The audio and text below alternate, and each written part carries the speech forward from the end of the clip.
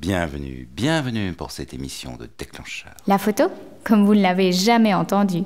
Bonjour Marc. Bonjour Benoît. Ça va? Ça va très bien. Vous avez annoncé il y a quelques jours un nouvel objet. Oui. 2.8 d'ouverture constante, 24-70, stabilisé, moteur USD, ultrasonique, classique dirais-je. La nouveauté, c'est la stabilisation. La stabilisation, oui. Sur cette gamme-là, on est un peu les premiers. C'est un format 24-36, donc complet. Et sinon, ça fait un beau grand angle en plein format, jusqu'à une focale idéale pour faire du portrait, en fait, 70 mm. 2.8 en plus, qui permet... C'est le 2.8 qui fait qu'en final, ces objectifs-là sont populaires. Et on reste en 2.8 constant, donc maîtrise de la lumière, stabilisation. Et avec 2.8, on peut vraiment maîtriser la lumière. Et donc avoir des lumières d'ambiance, des reflets, des ombres, tout ce qui donne une image vivante et non pas quelque chose d'écrasé par la lumière d'un flash. C'est une focale... Enfin, le kit classique, c'était un 24-70 et un 70-200 quand on voulait un kit haut de gamme quelque part. Voilà, c'est ça. Après, il y a bien sûr le grand angle, quand on veut ou bien faire de la créativité, puisque le grand angle, en exagérant les perspectives, permet de faire pas mal de choses. J'ai énormément de mal à shooter avec des très grands angles.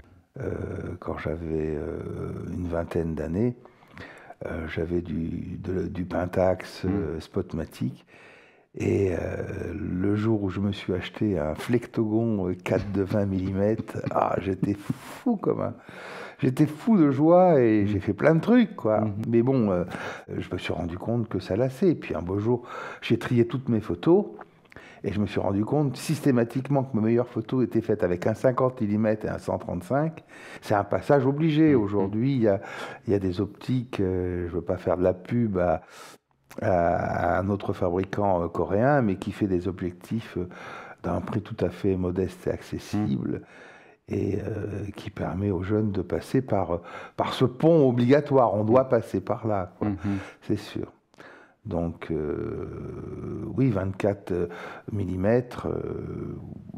Mais là, on est sur du grand angle, mais le grand angle que moi, en tout cas, j'arrive encore à gérer, quoi. Voilà, c'est-à-dire que ça donne un angle de champ de 63 degrés en APS-C et ça donne un angle de champ de 90 degrés en format 24-36. Comment est-ce qu'on décide justement de lancer ainsi un objectif? Sans langue de bois. Tu veux savoir comment on fait? Vas-y, sans langue de bois. Eh bien, les filiales, c'est pas les agents. C'est-à-dire Tamron France, Tamron Europe, avec le marché domestique allemand, et voilà, plus Tamron US of A, se trouve au Japon. Les Japonais sont frais et dispo.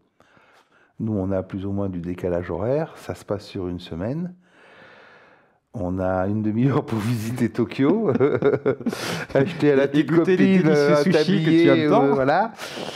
Et puis on est dans des salles. C'est surchauffé. On boit du thé vert, froid. Le thé japonais qui a un goût spécial. Il faut s'y habituer. Après, on aime ça. Moi, j'aime bien ça. Et on a tous préparé notre petite feuille. Nous, entre Européens, on se montre. Moi, je veux ça, je veux ça. Voilà. Et puis, chacun discute. On nous écoute benoîtement. Les administrateurs posent toujours la même question. Vous allez en vendre combien? On essaye de travailler dans le domaine du possible, bien sûr. Tout le monde voudrait un objectif 1.4 constant de 15 à 1000, mais bon... Oui. Non, donc on table dans le raisonnable, et puis on découvre sur le budget de l'année d'après ce qui a été entériné. Anecdote, en faisant suivre l'info sur le fil info, il y a eu visiblement pas mal de reprises, des gens qui étaient intéressés, etc. J'ai maintenant un responsable marketing et public relations et qui s'appelle Romain Guité, qui est allé sur tous les tweets et Facebook où là, mon âge, mon côté conservateur, je ne suis pas inscrit, mais il m'a dit « Ah, monsieur Aurier, ça fonctionne bien. » C'est vraiment une focale attendue. Marc, merci. Au revoir. À bientôt, Benoît. À bientôt.